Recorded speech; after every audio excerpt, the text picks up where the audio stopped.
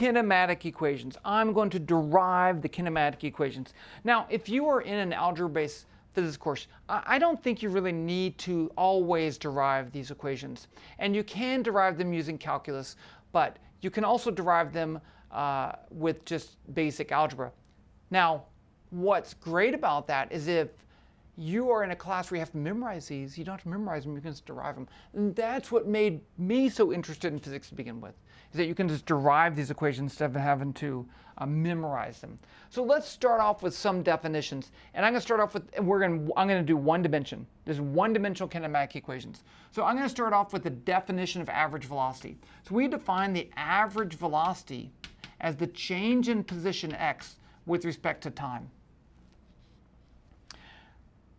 We can also, so right there we're going to get one equation, because the change in x is going to be x2, or I'll call it x2. Let's just call it x minus x0 over t minus 0. So x0 is the position at time t equals 0, and x is the final position. I'll show you another form of these equations at the end, but this is the most common form. So with that, I can now multiply both sides by t, and I get x equals x0 plus v average times t. So that's one of the kinematic equations right there. Okay, so let's put that over here. x0 plus v average times t. And again, I'm using the notation that this is the position at time t equals 0. So this is the time t as measured from t equals 0. Now, there's another definition of average velocity that we'll use in a little bit. We can also say the average velocity is equal to the final velocity plus the initial velocity over 2. Now, again, that's the velocity at t equals 0, and that's the final velocity. This definition works if and only if your acceleration is constant. If the acceleration is not constant, this is no longer true. But now I can multiply both sides by 2 and solve for v, and I get v equals v0 plus 2v average.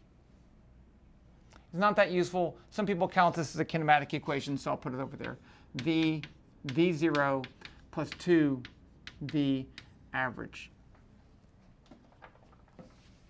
You see, we're moving right along here. OK, now we have the definition of acceleration. The acceleration is the rate of change of velocity. Well, we're going to do the same thing we did with our position. So with this, we can say it's the final velocity minus the initial velocity divided by the final time minus time t equals 0. If I multiply both sides by t, I get at equals v minus v0. Add v0 to both sides. V equals v0 plus at. Boom, kinematic equation. v0 plus at. We really have two more. OK, now we're going to use all that together. So let's write down this kinematic equation. X naught plus v average times t. Now what I want to do is to write in my definition, use my second definition of v average, and say v average is the final velocity plus the initial velocity over 2. So I'm going to substitute that in over here. I get x0 plus v plus v0 over 2 times t. All I did was substitute v average and put that in right there. Now what I want to do is to use this equation right here for the final velocity. So I'm going to substitute this in for the final velocity. So instead of v right there, I'm going to put that. So I get x0 plus this velocity, which is that, v0 plus at plus v0, all of that over 2 times t.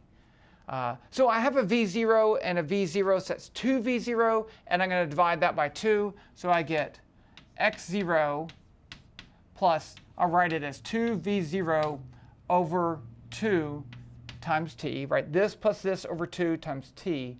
And then I have at over 2 times t. So plus at t over 2 times t. And then if I simplify, I get the following: x0 plus v0t plus 1/2 a t squared.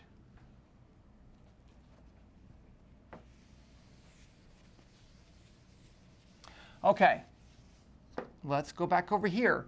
We have one more equation. We want to eliminate time. We want an equation without time. So let's say that I have v average is v plus v0 over 2. And that's also equal to x minus x0 over t minus 0. OK, so that's one of my equations. I can take this and solve for t. So if I solve this for t, I get, let's write it as, I'll write it out, v plus v0 times t equals 2 times x minus x0. And now I can divide both sides by that, and I get t equals 2 x minus x0 over v plus v0. Now what I want to do, I'm going to take that and substitute it into this equation, because that has a v average in there. So instead of, oh, no, I'm going to substitute it in right here. Sorry. I'm going to put it in right here for that t. So if I do that, I get v is v0 plus at, and this is my t. So 2 x minus x0 over v plus v0. I'm done, but I'm not done. So what I'm going to do right here is I'm going to subtract v0 from both sides, and I get v minus v0 equals 2a x minus x0 over v plus v0. Now I'm going to multiply both sides by this.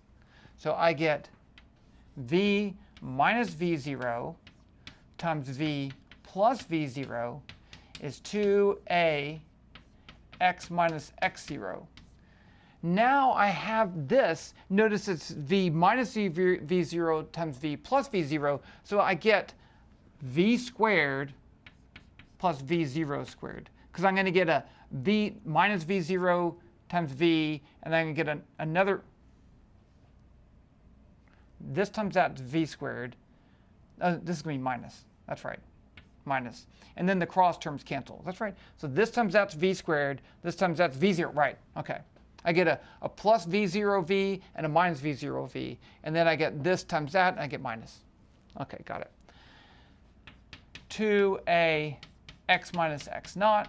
And then I add that to both sides, and I get my final kinematic equation, which I'll just write for completeness. V squared, the final velocity squared, initial velocity squared, plus 2a times x minus x naught. And those are your kinematic equations. Now, wasn't that fun? Now, there's a couple versions of this. Let me just write this one the different way. So we have that one. Sometimes I even write this as x as a function of t is x0 plus v0t plus 1/2 a t squared. That's fine. You may also see this as x final is x initial plus v initial t plus 1/2 a t squared. That's fine. Here's the way I used to write it. x2 equals x1 plus v1t plus delta t plus 1/2 a delta t squared. So this is the position at t1, and this is the position at t2. So here delta t is t2 minus t1. So it doesn't have to be at t equals 0. It's just a little more general. You can always shift your times over. It's not a big deal.